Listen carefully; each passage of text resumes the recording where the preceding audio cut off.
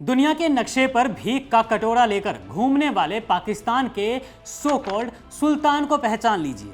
यह है आसिम मुनीर, पाकिस्तानी आतंकियों का स्वघोषित फील्ड मार्शल।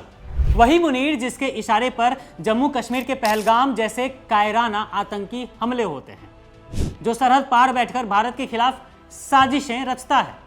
लेकिन जब यह वर्दीधारी आतंकी जर्मनी के म्यूनिख सुरक्षा सम्मेलन में पहुंचा तो वहां के सिक्योरिटी गार्ड्स ने इसकी औकात इसे 2 सेकंड में समझा दी। नजारा तो देखिए, म्यूनिख का वो वीडियो जो सोशल मीडिया पर आग की तरह वायरल हो रहा है।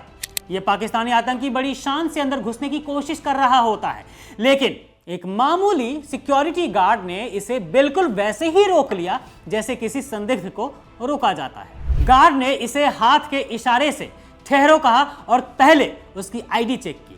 गार्ड को भी शायद लगा होगा कि ये आखिरकार है तो पाकिस्तानी ही, कहीं अपनी फितरत के मुताबिक कोई धमाका ना कर दे अंदर, या कहीं जैकेट के अंदर कुछ छिपाकर तो नहीं लाया।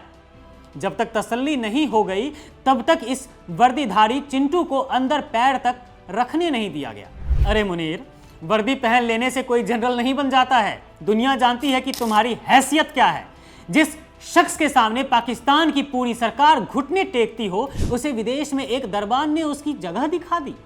यह है तुम्हारी अंतर्राष्ट्रीय इज्जत। तुम भारत से पंगा लेने की बात करते हो। अरे तुम्हारी औकात तो अमेरिकी राष्ट्रपति डोनाल्ड ट्रंप के जूठे पत्तल चाटने की है, क्योंकि जब ये अमेरिकी चिंटू भूरे बाल वाला और चाइनीज आंखों को उधार लेने वाला ट्रंप डांटता है तुम्हें, तो तुम दुम हिलाने लगते हो, बिल्कुल जीभ निकाले कुत्ते की तरह। और जब वहां से कुछ हड्डियां यानी कि कर्ज मिल जाती है तो फिर से भारत की तरफ भौंकना शुरू कर देते हो। सुधर जाओ बे पाकिस्तानियों, वरना इसी तरह दुनिया भर के एयरपोर्ट्स और सम्मेलनों पर बेइज्जत होते रहोगे। तुम्हारी पूरी फौज का काम सिर्फ 2 ही है, या तो घर में बैठकर राजनीति करना या फिर पड़ोसी देशों में आतंकी भेजना। लेकिन अब जमाना बदल चुका है। अब दुनिया तुम्हें एक फौज की तरह नहीं बल्कि आतंकियों की नर्सरी की तरह देखती है।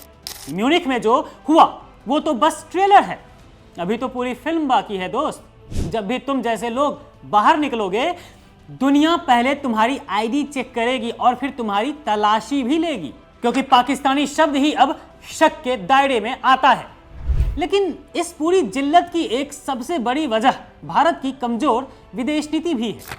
अगर आज मोदी सरकार ने चीन और पाकिस्तान को लेकर कड़ा रुख अपनाया होता तो इस आसिम मुनीर की हिम्मत नहीं होती कि यह म्यूनिख तक पहुंच पाता।